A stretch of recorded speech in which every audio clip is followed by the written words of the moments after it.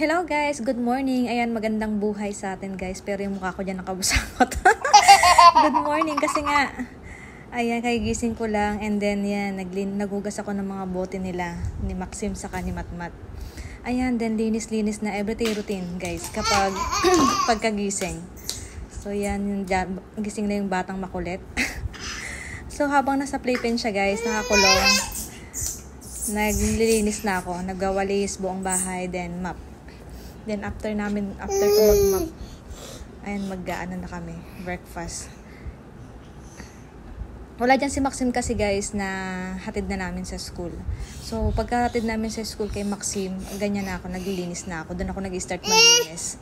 At kasabi ko nga pala yung baby ko, ayan, maingay. Matmat, say something. Can you say mama? Mama.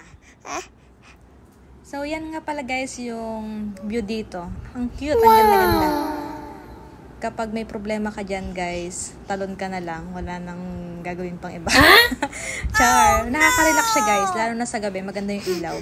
Next time guys, mag-video ako ng gabi para makita yung mga lights. Ayan guys, sasagit na kami ng, ng city. Ang ganda. Ang gandang pagmasdan. Wow! Nung una guys, natatakot akong pumunta dyan sa may terrace na yan. Pero ngayon medyo nasanay na ako. Ayun yung Twin Tower guys. Malapit lang dito. Wait lang anak! Ito na guys. Yung ko makulit. Ito nga pala nung nag-swimming kami guys nung isang araw. Kami ni Kayla sa kanila guys. Shout out sa inyo. Ayan. Si Matmat. Ayan. Feeling fresh tayo dyan guys. Wala sa coral si Inday. Char. Bye! Yun lang po. Bye-bye.